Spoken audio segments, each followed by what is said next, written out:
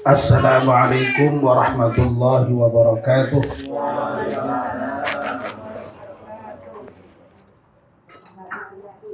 Bismillahirrahmanirrahim. Alhamdulillahirabbil alamin.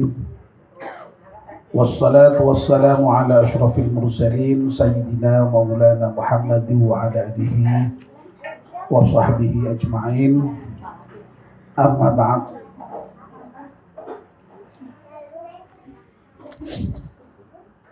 Ibu-ibu, bapak-bapak, dan saudara-saudara sekalian, wabil khusus Bapak Engkos beserta keluarga besar, dan lebih khusus lagi calon pengantin perempuan Mbak Nita yang insya Allah besok akan dinikahkan. Calon pengantin pria datang enggak? Enggak. Pengajian juga di sana. Alhamdulillah. Alhamdulillah, kita panjatkan syukur pada Allah Subhanahu wa taala yang pada malam hari ini atas limpahan rahmat dan nikmatnya kita semua bisa hadir di dalamnya Pak Engkos ini dalam rangka memenuhi undangan Pak Engkos terkait dengan hajat Pak Engkos dan Bu Engkos untuk menikahkan putrinya yang pertama, yaitu Mbak Nita, yang akan dipersunting oleh Mas Galih dari Pedurungan, yang insya Allah akad nikahnya akan dilaksanakan besok pagi jam 8 di Masjid At-Taqwa. Tidak lain, kita semua hadir di sini diminta doanya semoga Mbak Nita pernikahannya besok berjalan lancar dan selamat, dan mudah-mudahan diberkahi oleh Allah Subhanahu wa taala. Amin ya rabbal alamin. Bapak dan ibu-ibu yang dimuliakan Allah, pertama saya mohon maaf, ini saya terpaksa duduk di kursinya juga tidak kursi sembarangan ya. Tadi meskipun sudah duduk di kursi, tapi karena amblok justru malah sakit pinggang saya ya. Karena memang untuk syaraf terjepit itu duduknya harus setegak mungkin, tegak lurus. Sampai kemarin saya waktu pulang lebaran itu, tempat duduk jok mobil itu sampai ditata oleh fisioterapisnya. Jadi terus sampai ke mobil saya menatakan supaya jangan sampai enggak bener begitu. Nah ternyata yang sudah sehari saya pakai ternyata sudah bener memang. Dan memang itu yang enak itu memang ya. Jadi harus tegak lurus. Nah sekarang bapak-bapak juga boleh sesuai dengan kebutuhan masing-masing ya. Kalau Pak Sus pasti sudah itu dengkulnya kemang terus, selonjor boleh Pak Sus ya. Tapi Pak Wisnu juga boleh Pak. Iya, apa-apa. Ya, yang lain juga boleh ya. Tapi kalau yang muda-muda kebangetan gitu ya. Anak kok selonjor ditutup aja Pak dulu ya. Iya. Ya, baik. Bapak dan Ibu, memang untuk sebuah pernikahan itu doa sangat penting. Dan doa untuk pernikahan itu bahasanya macam-macam. Ungkapannya macam-macam, redaksinya macam-macam. Tetapi sungguhnya doa yang dituntunkan oleh Rasulullah Sallallahu Alaihi Wasallam terkait dengan pernikahan itu sangat simpel. Apa itu, Pak? Apa, Bu?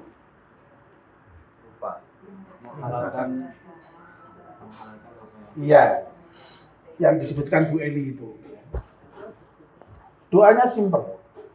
Barakallahu laka wa baraka alaika wa jama'a bainakuma fi khair. Itu kan dilakukan oleh siapa itu ya? Barakallah. Ya. Wa baraka alaika. Nah, itu kan dilakukan ya. Barakallahu laka wa baraka alaika wa jama'a bainakuma fi khair. Terutama dibaca ketika setelah akad nikah itu.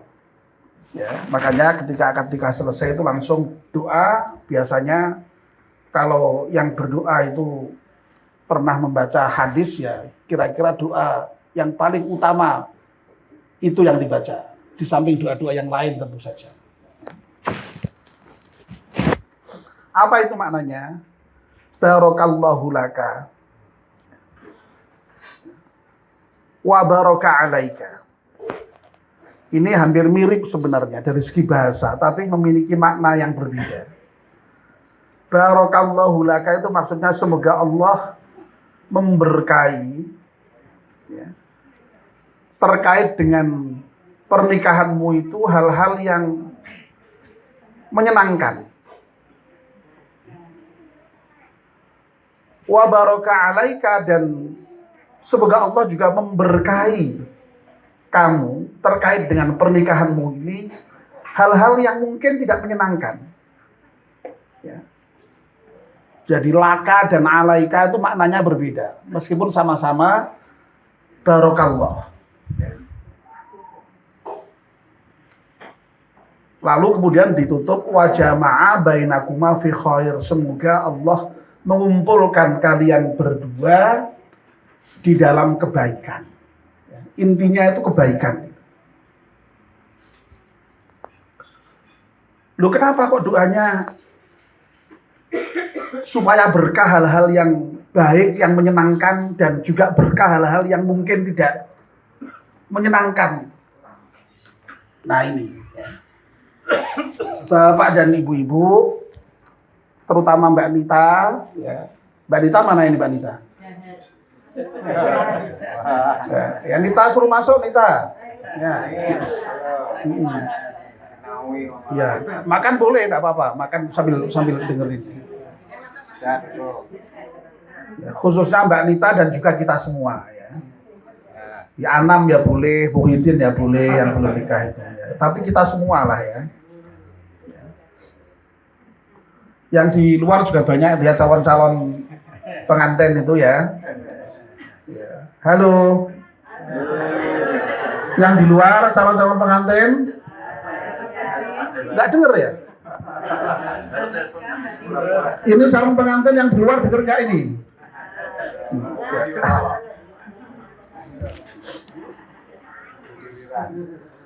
Harus kita pahami dengan sebaik-baiknya bahwa yang namanya pernikahan itu ya, tidak semua membawa hal yang menyenangkan, tapi juga ada hal-hal yang juga tidak menyenangkan. Dengan pernikahan nanti itu kita bisa mendapatkan banyak nikmat, tapi juga ada kemungkinan kita mendapatkan banyak cobaan. Ya. Jangan dibayangkan kalau nikah itu sudah selesai lalu kemudian semuanya nikmat, ya, semuanya enak gitu. Enggak. Ya memang kalau baru pertama-pertama gitu sih ya kira-kira ya banyak senangnya, banyak nikmatnya. Ya. Tapi ya tidak selamanya seperti itu. Suatu ketika juga nanti ada cobaan, ada hal-hal yang mungkin tidak kita senang. Nah, itu oleh Rasulullah didoakan semoga semuanya berkah. Ya, baik yang menyenangkan maupun tidak menyenangkan itu menjadi berkah, barokah. Nah, barokah itu apa, Bu? Pak? Kita itu seringkali menyebut kata-kata berkah, barokah, tapi ya sering tidak memahami maknanya. Barokah itu mungkin sudah pernah saya sampaikan, makna yang paling sederhana itu ya ziyadatul khair, tambahnya kebaikan. Tidak hanya baik, tapi justru bertambah kebaikan itu. Ya, itu barokah. Sering saya contohkan rezeki yang barokah itu ya rezeki yang membawa tambahnya kebaikan. Ya, kebaikan untuk siapa? Ya untuk kita. Lalu kemudian orang di sekeliling kita bisa merasakan rezeki yang kita terima itu. Itu rezeki yang barokah. Ilmu yang barokah berarti apa? Ilmu itu bertambah kebaikan.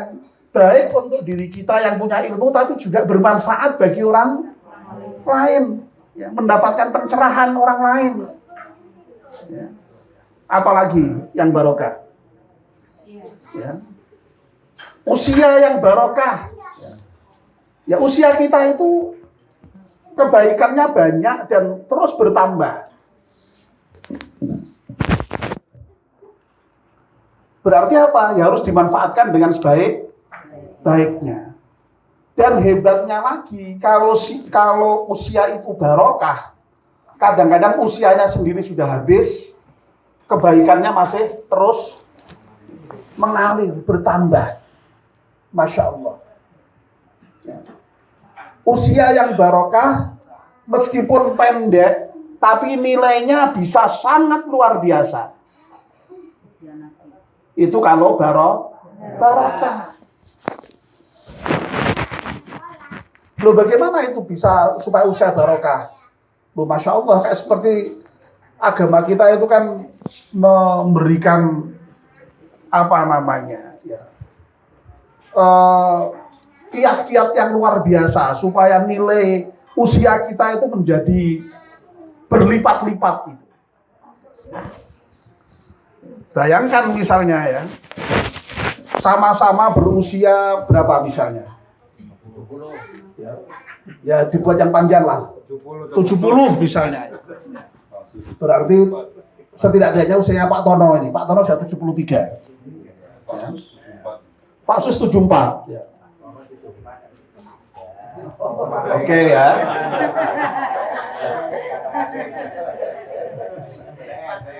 Coba bayangkan misalnya ya. Wah, ya ini Pak Tono jadi malah masuk mendengarkan dia terkait dengan umur. Sama-sama berusia 70 tahun.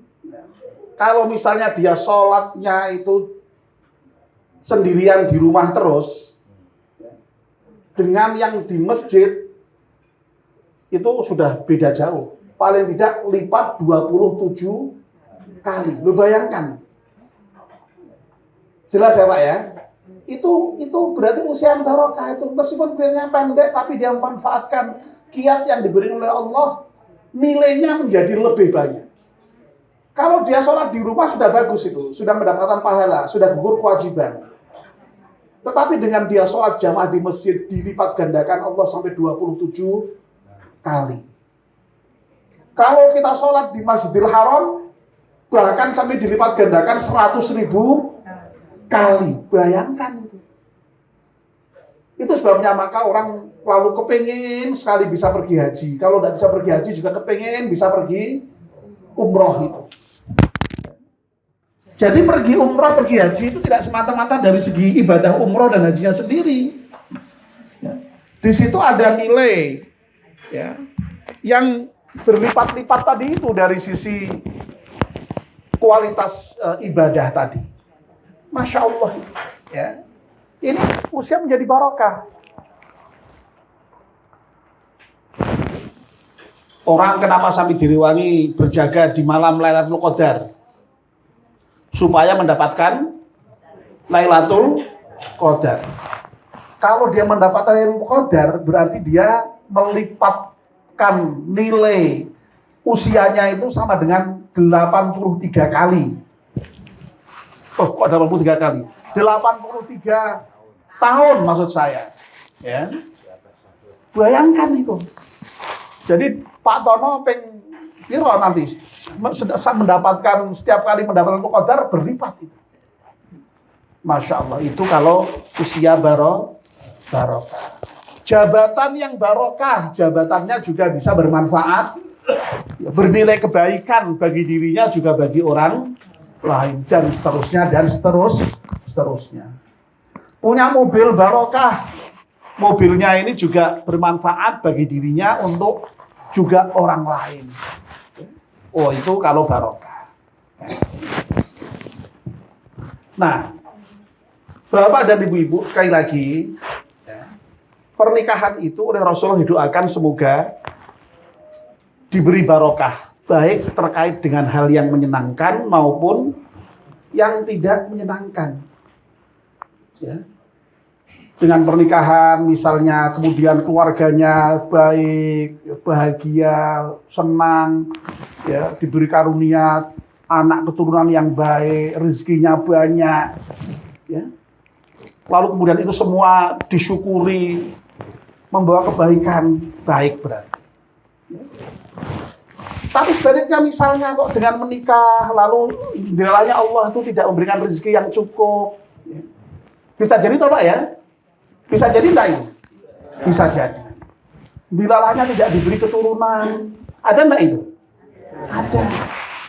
Atau mungkin diberi keturunan tapi tidak sesuai dengan yang diharapkan. Ada enggak itu? Ada.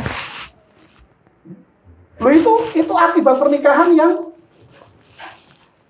tidak mengenakkan, bukan tidak barokah, tidak mengenakkan. Tapi itu bisa menjadi berkah enggak itu? Tetap bisa menjadi barokah asal kita sabar, bisa menerima dengan baik, ya, ikhlas, ya. Dan itu kemudian kita jalani dengan nyaman, dengan tetap baik. Ya. Loh, itu bisa jadi. Nuhun saya mungkin dulu saya sudah pernah cerita ya. Mungkin saya tidak tahu. Saya kayaknya sudah pernah cerita ya. Yang bareng saya fisioterapi di Rumah Sakit Rumani, ya, itu ada seorang pasangan suami istri yang anaknya baru umur 23 tahun. Itu setiap 3 hari sekali atau seminggu 3 kali tepatnya itu di fisioterapi karena ya lemah, ya. Nah coba itu kan ya cobaan. Apakah seperti itu kemudian otomatis tidak baik? Tidak.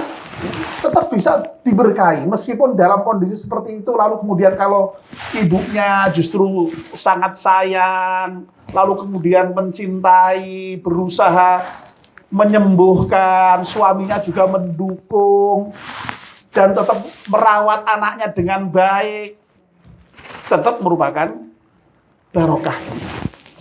Tambah baik berarti dengan seperti itu menjadi ladang amal bagi bapak dan ibunya. Tentu kalau kita boleh memilih ya mudah-mudahan dihindarkan dari semua yang tidak menyenangkan. Tapi kan itu keinginan. Tapi kalau Allah memberi, apa kita bisa menolak? Nah, berarti yang penting adalah kita mensikapinya. Jadi intinya adalah bagaimana mensikapi semua kondisi yang terjadi dalam pernikahan itu menjadi kebaikan. Wa jama'a bainakuma fi khair. Itu intinya, menjadi baik itu yang penting. Nah, Bapak Ibu dan saudara sekalian, dan khususnya Mbak Nita, nah agar supaya pernikahan itu bisa seperti itu yang paling penting memang itu niat harus ditata, ya. Jadi niat dalam pernikahan itu untuk apa? Ya. Apakah hanya karena ketampanan Mas Gale? Ya. Apa karena keperkasaan Mas Gale? Ya. Ya. Apa karena kekayaan Mas Gale? Ya. Apa karena nasab atau keturunan dari Mas Galih yang keturunan orang hebat-hebat. Ya. Apa karena apa? Ya. Nah, ya, itu penting. Ya. Nah, mulai sekarang harus ditata bahwa niat itu tidak lain semata-mata adalah dalam rangka ibadah. Ya, itu yang penting. Ya.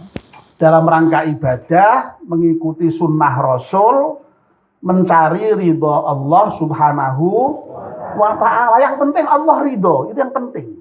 Ya.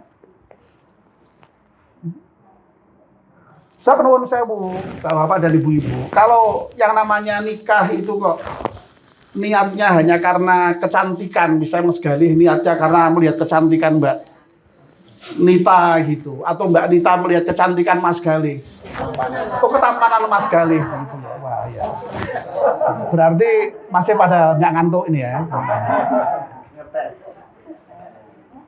Loh, itu yang namanya kecantikan sama ketampanan tuh tidak abadi. Dan kalau nikah itu hanya karena ketampatan dan karena kecantikan, lo yang menikah dengan orang yang tampan-tampan, dengan orang yang cantik-cantik itu juga nyatanya nggak bahagia. Ya. Nyatanya juga kemudian dengan mudah saja pisah, gitu. Lo berarti yang namanya kecantikan, ketampanan tidak menjamin. Berapa lama toh yang kecantikan itu, ketampanan itu? Ya. Berapa, Bu? 30 tahun.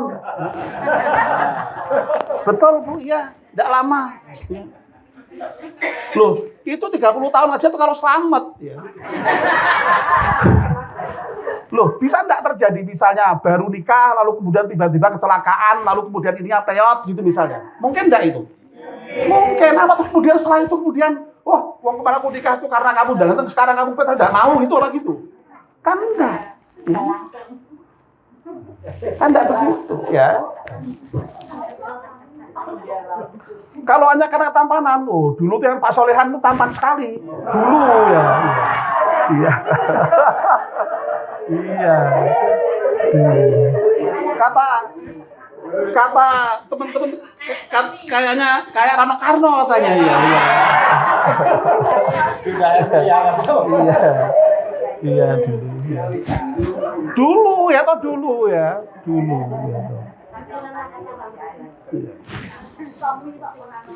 Jadi ini nuwun sewu Bu ya. Jadi beberapa waktu yang lalu itu kan ada reuni di fakultas saya kan alumni Fakultas Filsafat UGM.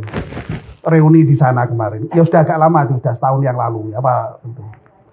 Nah, zaman sekarang tuh kan habis reuni kan ada foto-fotonya di-upload tuh ya di apa namanya di Facebook gitu ya. Itu ada yang komentar begini, Bu. Ya. Loh, itu enggak Mas Solehan yang ganteng dulu gitu. Ya, itu waktu.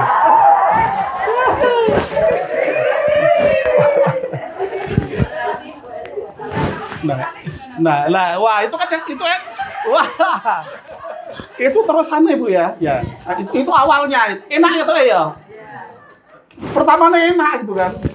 Baru yang kedua, loh, sekarang kok kelihatannya duduk aja repot gitu ya. Gitu. Jadi duduk aja repot gitu katanya itu ya. Itu begitu anunya itu ya. Tapi untungnya masih ada komentar berikutnya. Yang itu karena tidak datang itu. Loh, kamu nggak datang kok. Ya, Mas Solehan masih ganteng seperti dulu katanya. Waduh. Kalau kamu lihat sendiri masih ganteng seperti itu. Tidak mungkin, tapi itu hanya sekedar menyenangkan orang. Pasti berubah.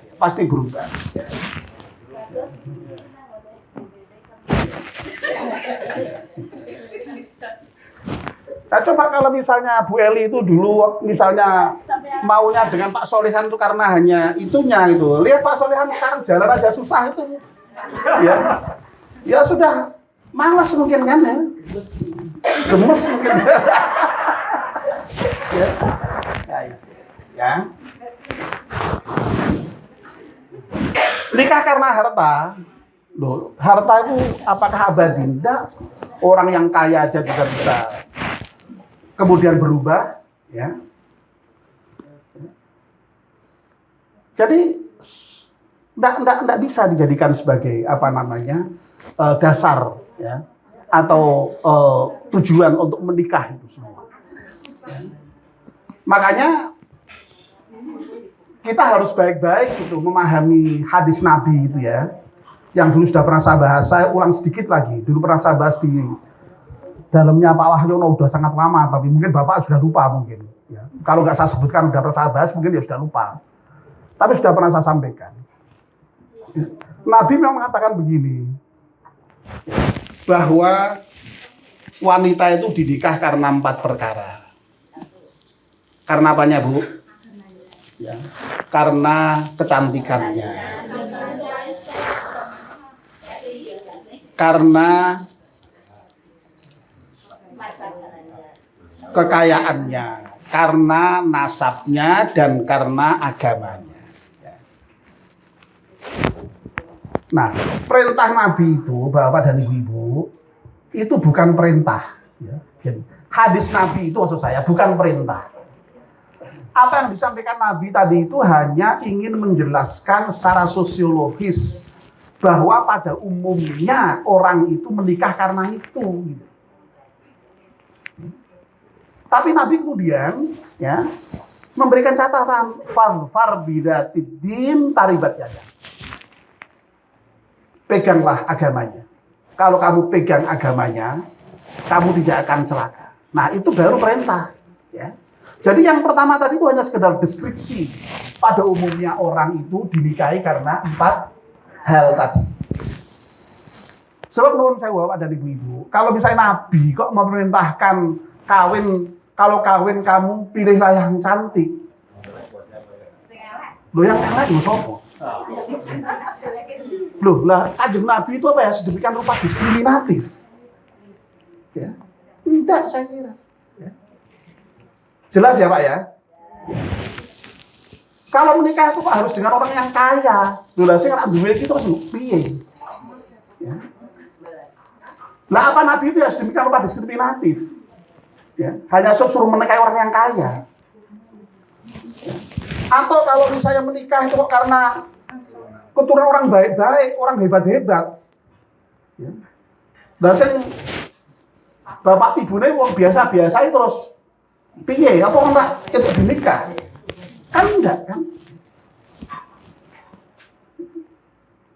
Ya memang kalau ada yang lengkap tadi itu ya kaya, cantik, keturunan orang hebat-hebat, baik-baik, agamanya baik. Loh, mbok sapa wae ya gelam. Gitu. Ya, siapa aja mau itu. Kalau yang mau ya dicari ya seperti itu. Ya.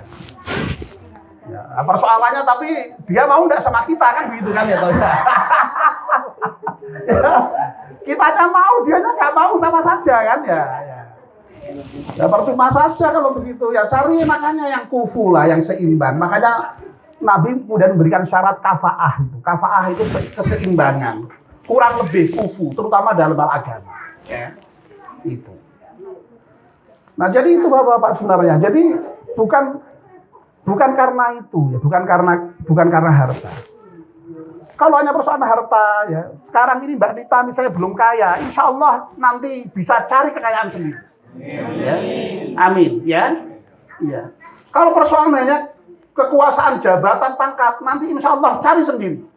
Ya. Amin ya Robbal alamin. Tidak harus tergantung dari orang tua. Ya. Wong anaknya orang kaya aja kemudian menjadi tidak kaya banyak kok, betul?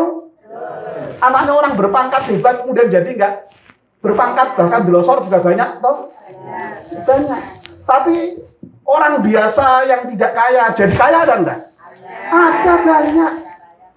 Anaknya wong desa, ya, tidak punya apa-apa, jadi orang hebat juga banyak kan? Banyak. Jadi bukan itu yang menjadi harus dicari dan dituju. Ya. Jadi, kalau persoalan kekayaan cari sendiri, ya, begitu saja. Kehormatan cari sendiri. Ya.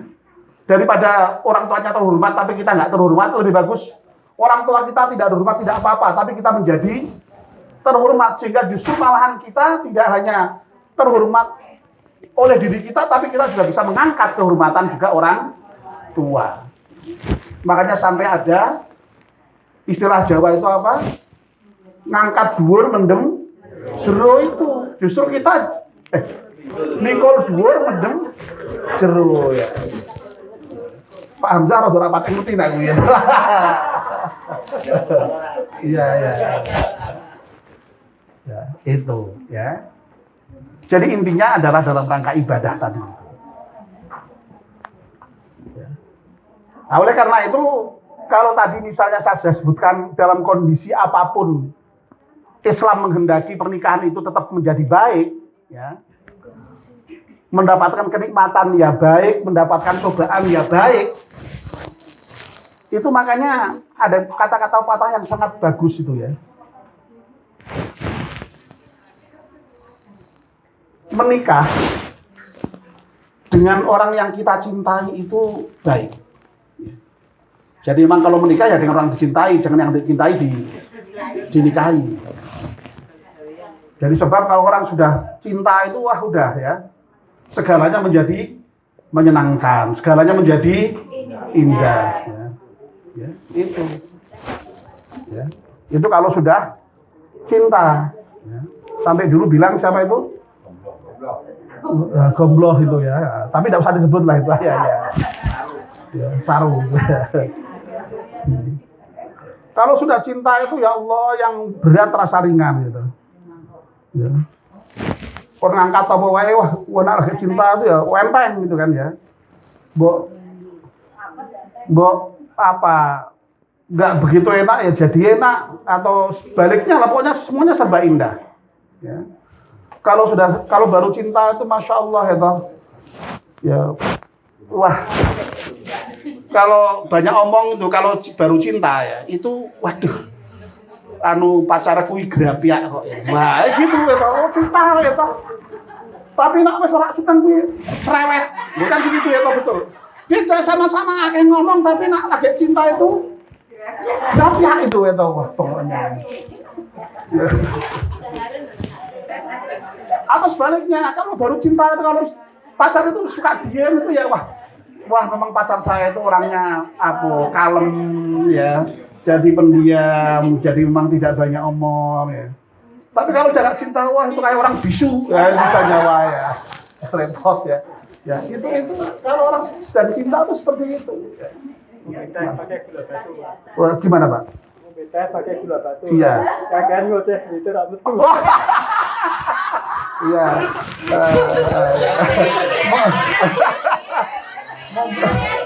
Ngombe teh kakek gula batu. Kakek ngoceh duit ora metu jarine wae. Tapi bukan Pak Elias Bu ya ini Bu ya. Pak Elias metu duitnya ya. Nah, makanya dan memang kita diperintah untuk mencintai menikahi orang yang kita cintai. Ya, fankihu ma tobalakum. Jadi nikahi orang yang kamu cintai memang, yang kamu senangi. Tapi yang lebih penting lagi dan lebih baik lagi itu kalau kita mencintai orang yang sudah kita nikahi. Ya. Apa? Mencintai orang yang sudah kita nikahi. Iya. Ya sudah, yang sudah kita nikahi, yang kita cintai. Ya. Yang mungkin saja ada kekurangannya, tapi ya sudah itu yang halal, yang sudah menjadi suami kita, yang sudah menjadi istri kita. Ya. Yang lebih ganteng banyak. Ya. Nah, kalau kemudian kita lebih cinta pada orang yang enggak kita nikahi malah cinta pada orang lain kan repot nanti. Ya. Jadi kita cintai orang yang kita nikahi dengan segala kelebihan dan kekurangan. Itulah yang disebut dengan mawaddah. Mawaddah itu cinta plus. Cinta yang kemudian bisa menerima segala hal yang ada pada pasangannya, baik itu kelebihannya maupun kekurangannya. Ya. Itu yang penting. Ya. Nah, dengan demikian maka tadi itu semuanya menjadi baik tadi, itu semuanya menjadi berkah tadi. Itu yang dituntut oleh Rasulullah Sallallahu Alaihi Wasallam. Jadi luar biasa itu doa Rasulullah ini. Ya. Jadi sangat sangat simpel, tapi maknanya sangat mendalam sekali dalam kaitannya dengan menikah itu. Sehingga ya insya Allah kalau memang sudah diberkahi, ya, sekali lagi segalanya menjadi baik. Kondisi apapun menjadi baik bagi orang yang sudah menikah. Ya. Nah mudah-mudahan sekali lagi kita doakan Mbak Nita ini pernikahannya diberkahi oleh Allah Subhanahu wa Ta'ala. Sehingga ya kalau yang kita doakan lagi mudah-mudahan sih yang banyak diberikan oleh Allah itu ya kebaikan-kebaikan, nikmat-nikmat yang sangat banyak. Tapi kalau seandainya dan itu wajar kalau Allah berikan ada cobaan, ada rintangan, mudah-mudahan semuanya juga berkah juga, semuanya menjadi baik juga. Ya, itu. Nah dengan begitulah maka insya Allah rumah tangga itu akan langgeng, ya, akan bisa diarungi sampai dengan tujuan, ya, sehingga kemudian sebagaimana yang pernah saya sampaikan kemarin di tempat Burusdi itu, ya. Pasangan yang nanti di dunia sudah baik itu insya Allah nanti di akhirat kalau toh suatu ketika berpisah dia akan dipertemukan kembali di surga. Luar biasa toh. Amin ya rabbal alamin. Sehingga kebahagiaan yang sudah dicapai di dunia itu akan kemudian dilanjutkan dengan kebahagiaan di akhirat di surga bersama-sama. Oleh karena itu di dalam pernikahan itu juga yang penting ya tadi harus tetap membina rumah tangga itu di dalam keimanan, ya, sampai kemudian nanti anak-anak juga dididik dengan cara yang baik, ya, supaya anak-anak tetap beriman, ya, dan semuanya dalam rangka beribadah kepada Allah Subhanahu Wa Taala. Nah kalau sudah begitu, insya Allah semuanya menjadi baik tadi. Intinya, ya, tadi sudah sebutkan. Kalau mendapatkan kenikmatan bersyukur, kalau mendapatkan cobaan bersabar. Sudah itu aja. Resep dua itu berlaku dimanapun. Ya. Sabar dan syukur. Syukur dan sabar. Dunia itu isinya hanya itu kok. Nikmat, cobaan. Tidak mungkin orang mau dapat nikmat terus. Atau cobaan terus tidak mungkin. Ya, selalu silih berganti. Nikmat, cobaan. Kalau pas nikmat, syukur. Dicoba, sabar. Nikmat, syukur. Dicoba, sabar. Nah, dengan begitu insya Allah akan berkah hidup itu. Sudah berapa lama ini? Ya, setengah jam lebih, ya. Berarti sudah cukup. Kalau pakai standar pengajian sakinah, ini sudah lewat 10 menit berarti. Nah, ini karena dalam rangka agak khusus lewat 10 menit, mudah-mudahan dimaafkan ya Bu ya. Ikhlas ya Bu ya. Dan mari kita akhiri pertemuan kita ini dengan baca hamdalah bersama-sama. Alhamdulillahirabbil alamin. Kurang lebih maaf. Wassalamualaikum warahmatullahi wabarakatuh.